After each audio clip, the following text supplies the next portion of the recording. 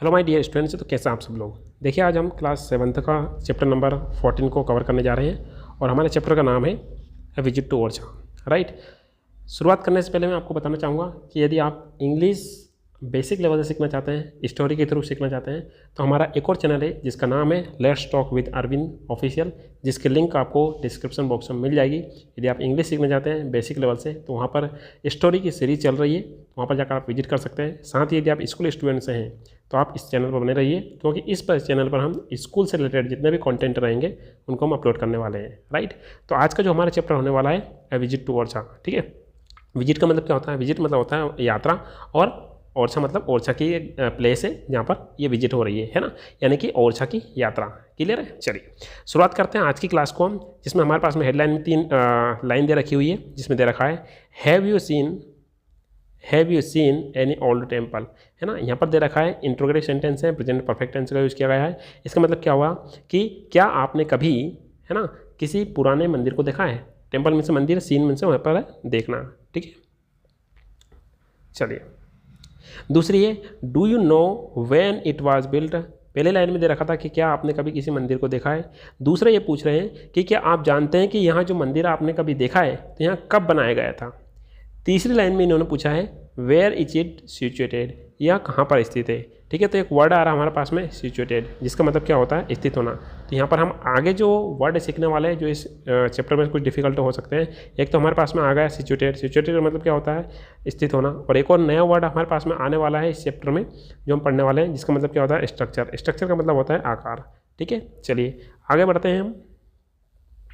ये जो visit to Orchha, यहाँ स्टूडेंट्स और टीचर के बीच में कन्वर्सेशन है जिसके बारे में बताया गया है। ठीक है। चलिए शुरुआत करते हैं आज के चैप्टर की। इसमें दोज टेम्पल्स, यानी कि वे temple on the bank of the Betwa, यानी कि बैंक ऑफ का मतलब होता है किनारे पर, है ना, वर ब्यूटीफुल सेड भोला, यानी कि भोला नाम का एक लड़का है जो क्या बोलता है कि बेतवा के किनारे पर जो टेम्पल है ना, वो क्या है? बहुत ज़्यादा खूबसूरत थे। यानी कि वे क्या होता है कि बहुत सारे स्टूडेंट्स रहते हैं क्लास के, और टीचर जो रहते हैं वो कहाँ जाते हैं? एक साथ ओरछा की यात्रा पर जाते हैं, और ओरछा की यात्रा से आने के बाद में क्लास में डिस्कशन करते हैं। ठीक है।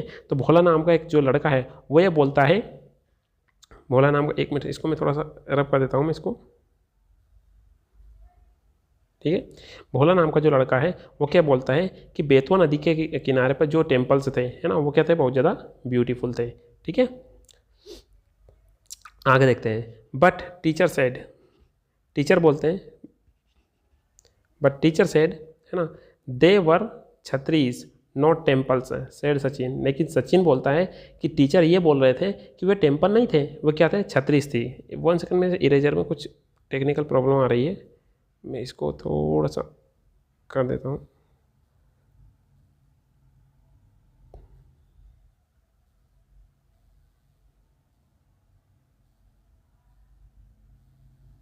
चलिए ठीक है। तो यहाँ पर दूसरा लड़का जो बोलता है, सचिन नाम का लड़का बोलता है कि ये बोलता है कि क्या बोलता है कि इसका कहना ये है कि टीचर, हमारे जो टीचर थे वो ये बोल रहे थे कि वे टेम्पल से नहीं थे, वो क्या थे? छत्तीस थी। तो पहली लाइन में हमने ये देखा कि बच्चा आपस में डिस्कस कर रहे हैं, उसमें पहले नाम का जो सचिन नाम का, भोला नाम का जो लड़का होता है वो क्या बोलता है कि बेतवा नदी के किनारे पर जो टेम्पल्स थे बहुत ज़्यादा ब्यूटीफुल थे।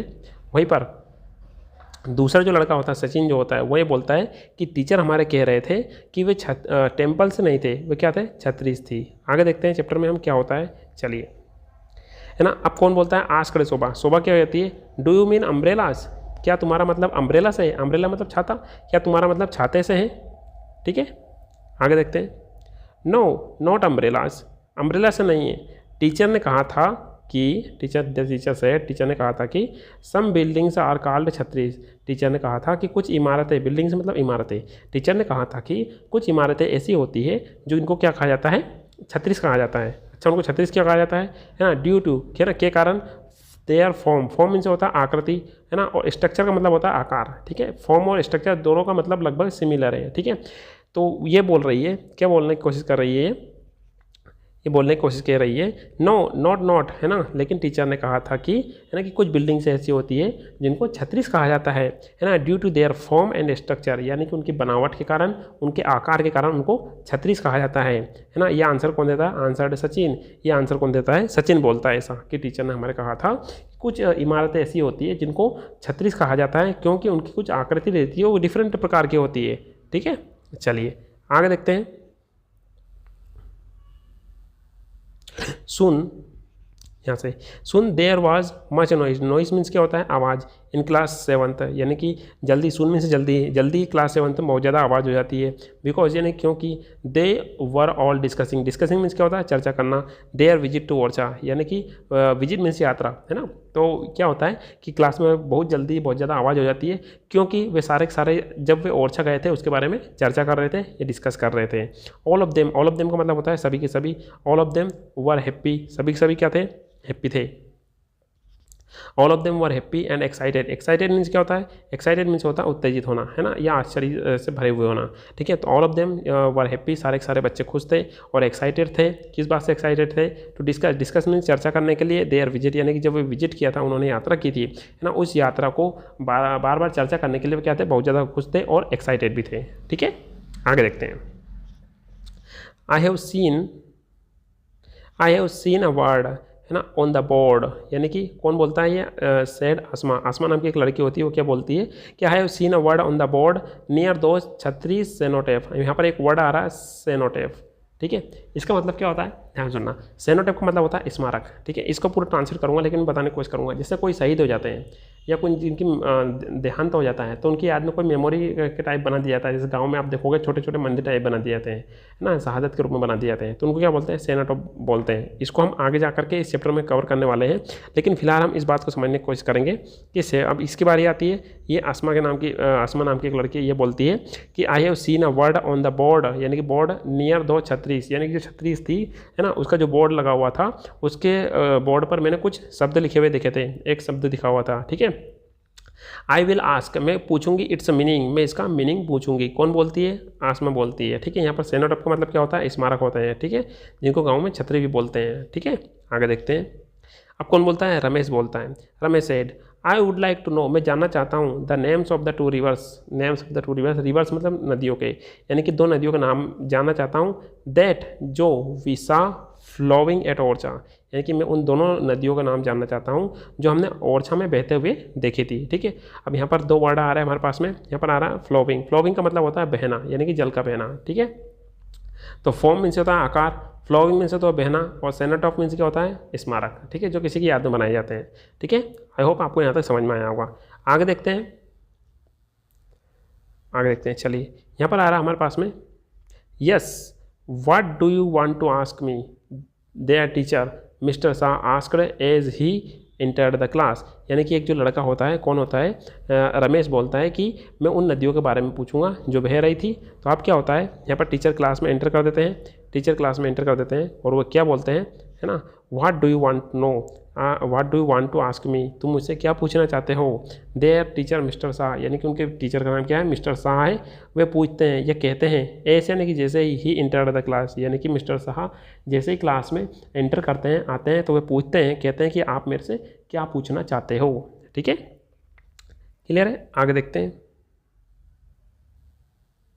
आगे हम बात करते हैं। Sir which are the two rivers we saw at Orchha, यानी कि ओरछा में वो दो नदियाँ कौन सी है जो हमने वहाँ पर देखी थी, ठीक है। वो लड़का बोलता है कि which are the two rivers, वे दो नदियाँ कौन सी है, वी सा एट ओरछा, जो हमने ओरछा में देखी थी। आस्क्ड रमेश, या रमेश नाम का लड़का होता है, वो पूछता है, ठीक है। चलिए आगे देखते हैं। सर व्हाट इज ए छतरी, और वो ये भी पूछता है कि छतरी क्या होती है। खैर फिलहाल मैंने आपको पहले समझाने की कोशिश की है, लेकिन आप टीचर समझाएंगे इसमें, ठीक है। सर व्हाट इज छतरी, छतरी क्या होती है, आस्क्ड शोभा, और जो शोभा नाम की जो लड़की होती है वो पूछती है, ठीक है। आगे हम बात करते हैं। Sir what is the meaning of cenotaph, और वो बोलता है कि सेनोटेफ का मतलब क्या होता है। आस्क्ड आसमा, आसमा नाम की जो लड़की होती है वो सर से पूछती है कि सर सेनोटेफ का मीनिंग क्या होता है। आगे हम बात करते हैं। वेल वन बाय वन, है ना, अच्छी बात है, अच्छी बात है। वन बाय वन का मतलब क्या होता है, एक एक करके, है ना। Don't ask so many questions at the same time, यानी कि don't ask so many questions at the same time का मतलब होता है कि एक बार में इतने सारे क्वेश्चन ना पूछो, एक एक करके पूछो, ठीक है। 1 बाय 1 का मतलब होता है एक एक करके। Don't ask so many questions, इसका मतलब क्या होगा कि इतने सारे क्वेश्चन मत पूछो एट द सेम टाइम, यानी एक ही टाइम पर इतने सारे क्वेश्चन मत पूछो।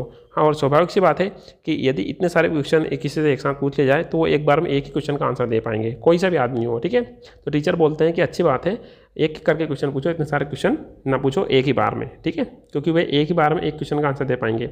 द बेतवा नदी and the Jamni are the two rivers you saw at Orchha, है ना। पहले क्वेश्चन का आंसर दिया, यानी कि ओरछा में जो आपने नदी देखी थी वो कौन कौन सी थी, बेतवा थी एंड जमनी थी, ठीक है। जमनी और बेतवा नदी थी जो आपने ओरछा में देखी थी, ठीक है।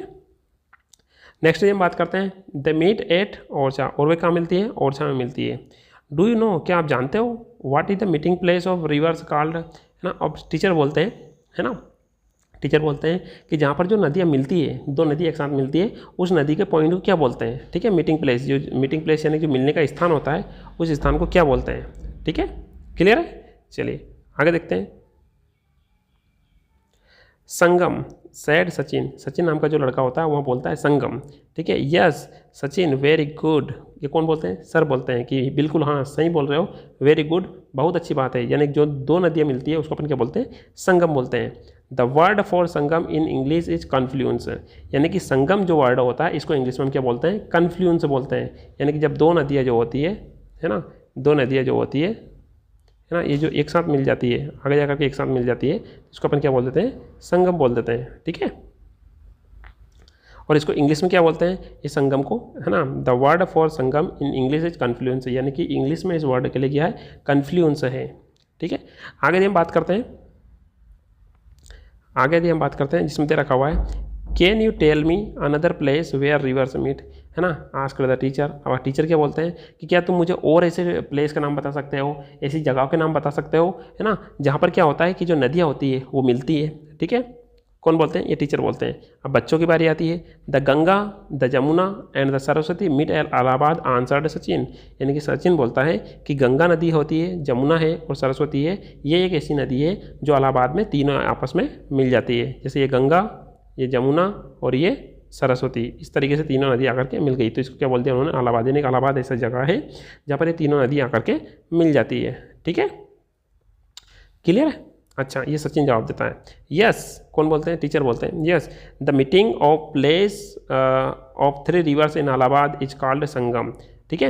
यानी कि वो बोलते हैं बिल्कुल हाँ, बिल्कुल सही बात बता रहे हो तुम, यानी the meeting place of three reverse, यानी कि तीन नदियों का जो मिलना होता है इन इलाहाबाद, यानी कि इलाहाबाद में जब दो तीन नदियाँ जो मिलती हैं, आपस में मिलती हैं, उसको क्या बोला जाता है, संगम बोला जाता है। क्या बोला जाता है, संगम बोला जाता है। क्लियर है, चलिए आगे हम बात करते हैं। Can we see the river Saraswati there, है ना, क्या हम वहाँ पर सरस्वती नदी को देख सकते हैं। Ask mister Shah, mister Shah ने कहा कि हम वहाँ पर क्या सरस्वती नदी को देख सकते हैं क्या, ठीक है। अच्छा आप कौन बोलता है, सचिन बोलता है। किसकी बारी आती है, सचिन की बारी आती है। सचिन बोलता है नो इट्स हिडन, हिडन का मतलब क्या होता है, हिडन का मतलब होता है छुपा हुआ, है ना। तो सचिन नाम का जो लड़का होता है वह बोलता है कि नहीं हम नहीं देख सकते, क्योंकि यहाँ क्या है, वहाँ पर अपने आप में अदृश्य है, अदृश्य है या फिर अपने आप में छुपी हुई है। क्लियर है बेटा, चलिए आगे देखते हैं। टीचर बोलते हैं what is the meaning of cenotaph, cenotaph का मतलब क्या होता है ना। टीचर से एक लड़की पूछती है, आसमा नाम की एक लड़की होती है, वो क्या पूछती है कि सर सेनेटॉफ का मतलब क्या होता है, सेनेटॉफ का मीनिंग बताइए आप मुझे, ठीक है। चलिए, है ना, अब मैंने आपको बताया था सेनेटॉफ का मतलब स्मारक होता है जो किसी की याद में मनाया जाता है, लेकिन अब टीचर इसको और भी डिटेल में बताने की कोशिश करेंगे, ठीक है। चलिए अब क्या है कि इस चैप्टर को आपको पढ़ाने से पहले मैंने पहले खुद पढ़ा, इसी वजह से मेरे को इसके बारे में पता था। अब सेनेटॉफ इज ए मॉन्यूमेंट है, मॉन्यूमेंट का मतलब क्या होता है, स्मारक, ठीक है, और सेनेटॉफ का मतलब भी स्मारक होता है, ठीक है। सेनेटॉफ इज ए स्मारक, सेनेटॉफ का स्मारक होता है, बिल्ट यानी बनाया जाता है, इन मेमोरी ऑफ का मतलब होता है कि याद में, सोल्जर में सैनिक की याद में, सेलर्स मतलब जो नाविक होते हैं, जहाज को चलाते हैं, उनकी याद में, और अदर्स और बहुत अन्य लोगों की याद में बनाए जाते हैं। Who died in some far away places, जो किसी की जो क्या होता है कि जो उनके निजी स्थान रहते हैं, उनसे कहीं दूर जाकर उनकी यदि मृत्यु हो जाती है तो उनकी याद में वे बनाए जाते हैं, ठीक है। यानी कि सेनोटॉप एक ऐसी वो होती है, स्मारक होते हैं, अपन बोल सकते हैं छतरी बोल सकते हैं। यदि आप कोई गांव से बिलोंग करते होंगे तो गांव में क्या होता है, यदि आप गांव से देख रहे होंगे इस वीडियो को, तो गांव में क्या होता है कि किसी व्यक्ति की यदि अचानक मृत्यु हो जाती है किसी दूसरी जगह पर, है ना, यानी कि नेचुरल मौत नहीं होती है, किसी एक्सीडेंट से हो जाती है, किसी अन्य तरीके से हो जाती है, तो गाँव में क्या बनाया जाता है, पालिया बनाया जाता है। क्या बना दिया जाता है, एक ओटला बना दिया जाता है इस तरीके से, है ना, ओटला भी समझते होंगे यदि आप गाँव से बिलोंग करते होंगे तो, ठीक है। तो वहाँ पर क्या होता है कि वहाँ पर पाले बना दिया जाता है और उसको हर साल वे पूजते हैं, ठीक है, और उसकी पूजा करते हैं वहाँ पर, ठीक है। तो ये बताने की कोशिश कर रहे हैं सर कि सेनोटॉप क्या होता है, कि सेनोटॉप इज ए मोन्यूमेंट। सोनेटॉप जो होता है एक मोन्यूमेंट होता है, जिसको छतरी भी बोल सकते हैं, छतरी की तरह बनाते हैं बहुत सारे लोग, और वहाँ पर उस छतरी जो होती है उसमें बहुत बार शिवलिंग की भी स्थापना कर देते हैं, ठीक है। Cenotaph is a monument built in memory of soldiers, जो सोल्जर्स की याद में यानी कि सैनिकों की याद में बनाया जाता है, सेलर्स की याद में यानी कि नाविकों की याद में बनाया जाता है, और अदर्स और बहुत सारे अन्य लोगों की याद में बनाया जाता है। Who died in some far away places, जो अपनी जगह जो होती है, अपनी जो स्थान पर रहते रह रहे हैं उससे कई दूसरी जगह पर जाकर उनकी यदि मृत्यु हो जाती है, ठीक है। चलिए आगे देखते हैं। द छतरीज दैट यू सा आर मोन्यूमेंट्स, यानी कि जो छतरी जो होती है अम्ब्रेला की तरह जो होती है, जो हम देखते हैं, ठीक है, जो आपने वहाँ पर देखी है ना, आर मोन्यूमेंट्स, वो स्मारक है, और वो बनाई गई है, किन की बनाई है, किन की याद में बनाई गई है, इन मेमोरी ऑफ, इनकी याद में, ऑफ द बुंदेला किंग्स, यानी कि जो छतरी जो है, आपने छतरी देखी, कौन सी छतरी देखी, जो स्मारक देखे, है ना, वो बुंदेला किंग की याद में बनाए गए हैं, and members of their family, और बुंदेला किंग की जो फैमिली के मेंबर थे, सदस्य थे, उनकी याद में बनाए गए हैं, ठीक है। ये किसने बोला, ये मिस्टर शाह ने बोला। किसने बोला, mister Shah explained, mister Shah ने ये एक्सप्लेन किया, सभी बच्चों को ये एक्सप्लेन किया, ठीक है। चलो आगे देखते हैं। Sir who were the Bundela Kings, अब वो बोलते हैं कि सर बुंदेला किंग्स कौन थे। आस्क्ड मोहन ने ये पूछा कि सर बुंदेला किंग्स कौन थे। आस्क्ड मोहन ने पूछा। अब ये बुंदेला किंग्स कौन थे, इसके बारे में सर जानकारी देंगे। The Bundelas were the kings who made Orchha their capital in the 16th century, यानी कि बुंदेला जो थे वे वो लोग थे या वे राजा थे, who made Orchha their capital, जिन्होंने ओरछा को अपनी कैपिटल बनाया था। कैपिटल मीन्स राजधानी बनाया था। तो सर बताने की कोशिश कर रहे हैं कि बुंदेलास जो थे वे वो राजा थे, वे राजागण थे जिन्होंने ओरछा को अपनी कैपिटल बनाया था। कौन सी, उसमें 16th सेंचुरी में, यानी कि 16वीं शताब्दी में उन्होंने अपना इसको क्या बनाया था, अपनी कैपिटल बनाया था। सेड मिस्टर शाह ने ये सा जवाब दिया। Who built those building beautiful building at Orchhas, है ना, आस्क्ड मोहन, यानी कि मोहन पूछता है कि ये जो ब्यूटीफुल बिल्डिंग्स थी, है ना, उनको किसने बनाया था। Who built those beautiful buildings eight Orchha, asked Mohan, यानी कि मोहन पूछता है कि ये जो ब्यूटीफुल बिल्डिंग बनी हुई है ना, स्मारक बने हुए हैं, मोन्यूमेंट्स बने हुए हैं, इनको किन लोगों ने बनाया था, ठीक है। यानी कि उनकी याद में तो बनाया गया था, लेकिन वो किन लोगों ने बनाए थे, ठीक है। तो अब आगे यदि हम बात करते हैं तो इसमें it was the Bundelas Kings, यानी कि बुंदेलास किंग ही थे, हु बिल्ट देम, जिन्होंने इनको बनाया था। दे आर डिफरेंट, वे बहुत ज़्यादा भिन्न है from other historical buildings, historical buildings में से ऐतिहासिक जो इमारतें हैं उनसे बिल्डिंग भिन्न है इन आवर कंट्री, यानी कि हमारे देश में। तो वो बताने की कोशिश कर रहे हैं कि वहाँ पर जो बिल्डिंग है वो बुंदेला किंग से बनाई थी, और ये जो बिल्डिंग बनी हुई है ना, वे हमारे देश में जो अन्य ऐतिहासिक बिल्डिंग्स बनी हुई है ना, उनसे बहुत ज़्यादा भिन्न है। So they are called the buildings of the Bundela style, ठीक है। तो इन बिल्डिंग को क्या बोला जाता है, बुंदेल कला में बुंदेल स्टाइल के माध्यम से इनको बताया जाता है, ठीक है। तो ये बिल्डिंग जो होती है इनको बुंदेला स्टाइल बनाया यानी कहा जाता है, ठीक है, जो बिल्डिंग है। अब इसमें जो हमारे पास में डिफ़िकल्ट वर्ड्स जो हमको सीख सकते थे, इसमें 3 वर्ड आ रहा है हमारे पास में। इन मेमोरी ऑफ मीन्स की याद में, मॉन्यूमेंट्स मीन्स होता है स्मारक, और सेंचुरी मीन्स क्या होता है, शताब्दी या शतक भी होता है, ठीक है। चलिए और आगे बताने की कोशिश करते हैं कि जो बिल्डिंग्स हैं इनको बुंदेला स्टाइल की बिल्डिंग कहा जाता है। दूसरा और बताते हैं वे, एंड टूरिस्ट क्या बोलते हैं, टूरिस्ट, यानी कि जो पर्यटक होते हैं from all over the world, यानी कि सारी दुनिया से, कम टू सी देम, यानी कि पूरी दुनिया से जो टूरिस्ट रहते हैं, पर्यटक लोग जो रहते हैं, उनको देखने के लिए आते हैं। सेड द टीचर, ये किसने कहा, टीचर ने कहा, ठीक है। आगे हम बात करते हैं। Sir we have seen some wonderful paintings on the walls, ठीक है। तो वो बता रहे हैं कि सर हम जो वहाँ पर दीवार भी थी वहाँ पर हमने कुछ वंडरफुल पेंटिंग्स देखी हुई है। 1 सेकंड तो वो पूछते हैं कि sir we have seen some beautiful paintings on the walls.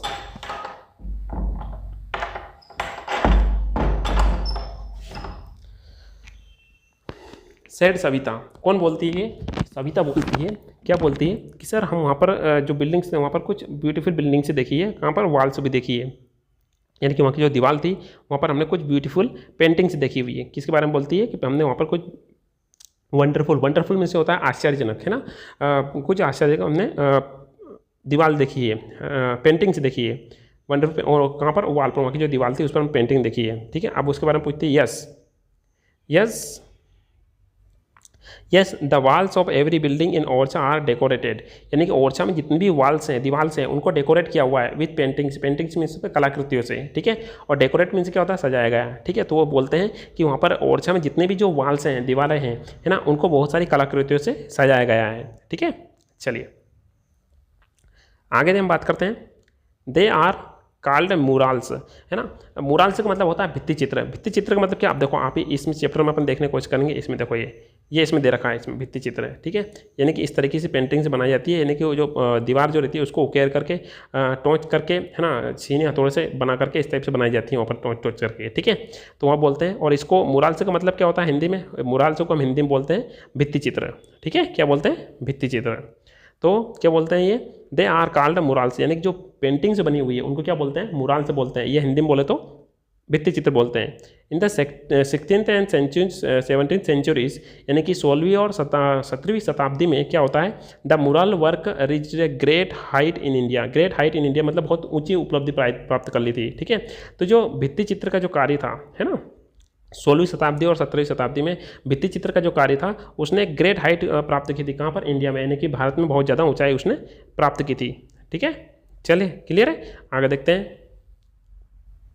During this period, यानी कि इस पीरियड के दौरान या इस अवधि के दौरान, two basic style of paintings, है ना, वर पॉपुलर, यानी कि इस अवधि के दौरान दो बहुत ही बेसिक लेवल की, बहुत ही कम लेवल की कलाकृतियाँ जो कि थी बहुत ज़्यादा पॉपुलर थी, यानी कि प्रसिद्ध थी। वे कौन कौन सी कलाकृतियाँ थी, आगे देखने की कोशिश करेंगे हम। They were known as Rajput and the Mughal styles, यानी कि इस पीरियड के दौरान, इस अवधि के दौरान कुछ बेसिक लेवल की जो कलाकृतियाँ थी वो भी प्रसिद्ध थी। और वह कलाकृतियाँ कौन सी थी, कौन कौन सी पेंटिंग्स थी, वो जो उस टाइम पर 16वीं और शताब्दी के दौरान प्रसिद्ध थी, वो उन्होंने बताने की कोशिश की है कि वह कौन कौन सी थी। राजपूत एंड मुगल स्टाइल, यानी कि राजपूत और मुगल स्टाइल में जो पेंटिंग्स बनी हुई थी वो उस टाइम पर बहुत ज़्यादा प्रचलित थी। ठीक है, आगे देखते हैं। The Rajput style of painting was further divided into 3 different styles, और ये बताने की कोशिश कर रहे हैं कि जो राजपूत स्टाइल में जो पेंटिंग्स बनी हुई थी, राजपूतों के हिसाब से पेंटिंग बनी हुई थी, उनको आगे चल करके, फर्दर मीन्स आगे चल करके 3 हिस्सों में डिवाइड कर दिया गया। डिवाइडेड मीन्स बांट दिया गया, 3 हिस्सों में डिवाइड कर दिया गया। कौन कौन से हिस्सों में डिवाइड कर दिया गया, यानी कि पहले तो ये बोलते हैं कि इस अवधि के दौरान मुगल और जो राजपूत है उनकी स्टाइल की जो पेंटिंग्स बहुत ज़्यादा प्रचलित थी। लेकिन आगे चल कर क्या होता है कि जो राजपूत स्टाइल की जो पेंटिंग्स रहती है वो आगे चल करके 3 हिस्सों में डिवाइड कर दी जाती है। ठीक है, 3 हिस्सों में डिवाइड कर दी जाती है। और 3 हिस्सों में डिवाइड जब कर दी जाती है ना, डिवाइड कर दी जाती है, तो वो कौन कौन सी होती है ना, कांगड़ा एंड राजस्थानी, कांगड़ा एंड बुंदेला। ठीक है, तो ये बताने की कोशिश कर रहे हैं कि राजपूत स्टाइल जो होती है आगे जाकर के 3 हिस्सों में बढ़ जाती है, और उन स्टाइल को क्या बोलते हैं, कलाकृतियों क्या बोलते हैं, राजस्थानी, कांगड़ा एंड बुंदेला। ठीक है, ये आपके क्वेश्चन के अकॉर्डिंग आ सकता है। ठीक है, चलिए आगे देखते हैं। Orchha was the main centre of Bundela style. ठीक है, तो ये बोलते हैं कि जो ओरछा जो है वो बुंदेल स्टाइल का क्या था, मेन केंद्र था, प्रमुख केंद्र था। मेन सेंटर में से प्रमुख केंद्र था, यहाँ पर आ रहा बुंदेला। ठीक है, यानी कि राजपूत जो स्टाइल थी उसको 3 हिस्सों में बांट दिया गया था, राजस्थानी, कांगड़ा एंड बुंदेला। और जो ओरछा जो था वहाँ बुंदेला स्टाइल का प्रमुख केंद्र बन गया था। ठीक है, एक्सप्लेन मिस्टर शाह, ये कौन बताते हैं, मिस्टर शाह एक्सप्लेन करते हैं इसके बारे में। ठीक है, चलिए आगे हम बात करते हैं। Sir who looks after this building now, ask Asma. अब आसमा नाम की जो लड़की है वह पूछती है कि ये जो बिल्डिंग है हमारे पास में, इनकी देखभाल कौन करता है। लुक्स आफ्टर का मतलब क्या होता है, देखभाल करना। ठीक है, यानी कि जो बिल्डिंग है हमारे पास में इनकी देखभाल कौन करता है। ठीक है, अब सर बोलते हैं there is a government department. Government department क्या होता है ना, सरकारी विभाग कॉल्ड, जिनको कहा जाता है आर्कोलॉजिकल डिपार्टमेंट है, ठीक है। तो वो सर बोलते हैं कि हमारे पास में एक क्या है कि गवर्नमेंट डिपार्टमेंट है, सरकारी विभाग है, और उस सरकारी विभाग को क्या बोलते हैं, आर्कोलॉजिकल डिपार्टमेंट है, जिसको हम हिंदी में बोलते हैं तो पुरातात्विक विभाग बोलते हैं। उसको क्या बोलते हैं, पुरातात्विक विभाग, यानी कि गवर्नमेंट डिपार्टमेंट है जिसको अपन क्या बोलते हैं, पुरातात्विक विभाग बोलते हैं, ठीक है। दिस डिपार्टमेंट यानी कि ये डिपार्टमेंट जो होता है, विभाग जो होता है, this department is responsible for working looking after ancient and historical monuments, buildings etc। तो सर बोलते हैं कि ये जो डिपार्टमेंट जो होता है वहाँ ये जितने भी प्राचीन एंसाइंट, प्राचीन हिस्टोरिक में से ऐतिहासिक मॉन्यूमेंट्स, स्मारक और जो बिल्डिंग्स होती है इनको देखभाल करने की जिम्मेदारी लेता है। ये जो प्राचीन या ऐतिहासिक मॉन्यूमेंट्स है, स्मारक है या इमारत है ना, इनकी देखभाल करने की जिम्मेदारी किसकी होती है ना, किसकी होती है, इस डिपार्टमेंट की होती है, किसकी, आर्कोलॉजिकल डिपार्टमेंट की, ठीक है। और हिंदी में बोले तो पुरातात्विक विभाग वालों की, ठीक है। आगे देखते हैं। बाय दिस टाइम, इस टाइम तक क्या होता है, द बेल हेड रंग यानी कि जो घंटी जो रहती है वो बज जाती है। द टीचर से, टीचर बोलते हैं, इट सीम्स, ऐसा लगता है, all of you have enjoyed your visit to Orchha. Teacher बोलते हैं कि मुझे ऐसा लगता है कि आप सभी ने ओरछा की जो विजिट की थी, आपने यात्रा की थी, उसको बहुत ही आनंद लिया है, उसका बहुत ज़्यादा आनंद लिया है। We can continue our discussion tomorrow, और वे बोलते हैं कि हम हमारा जो डिस्कशन है, बातचीत है, इसको हम कल से फिर से पुनः क्या करेंगे, जारी रखेंगे। तो यहाँ पर आकर के हमारा पूरा जो चैप्टर जो होता है पूरी तरीके से ख़त्म हो जाता है। आई होप आपने पूरी तरीके से समझने की कोशिश की होगी। इसके साथ ही आप कमेंट बॉक्स में मुझे ये लिख करके जरूर बताइएगा कि आप इस वीडियो को भारत के किस हिस्से से देख रहे हैं, आप मध्य प्रदेश से देख रहे हैं, आउट ऑफ स्टेट से देख रहे हैं, कहाँ से देख रहे हैं, किस जिले से देख रहे हैं। आप मुझे अपने कमेंट बॉक्स में लिख करके जरूर बताइएगा कि आप इस वीडियो को कहाँ से देख रहे हैं और इस वीडियो में आपको कितना समझ में आ पा रहा है। साथ साथ ये बताने की कोशिश भी कीजिएगा कि सर हमको ये प्रॉब्लम हो रही है, ताकि मैं उस प्रॉब्लम को आसानी से समझ सकूं और नेक्स्ट वीडियो में उसको बताने की कोशिश करूं, साथ साथ सॉल्यूशन भी दे सकूं। इसके साथ ही यदि आप इंग्लिश सीखना चाहते हैं तो मैं स्टोरी के माध्यम से इंग्लिश को ट्रांसलेशन के माध्यम से आपको सिखाने की कोशिश कर रहा हूँ। उस चैनल का नाम है let's talk with Arvind official, जिसकी लिंक आपको इस वीडियो के माध्यम से डिस्क्रिप्शन बॉक्स में मिल जाएगी। मिलते हैं एक नए वीडियो में। और इसके साथ ही मैं बताना चाहूँगा कि यहाँ पर जो हमारा चैप्टर से लगभग खत्म हो चुके हैं, नेक्स्ट उसमें हम पढ़ेंगे क्लास 8 तक के, ठीक है। तो मिलते हैं एक नए वीडियो में एक न्यू क्लास के साथ। Till then have a nice day.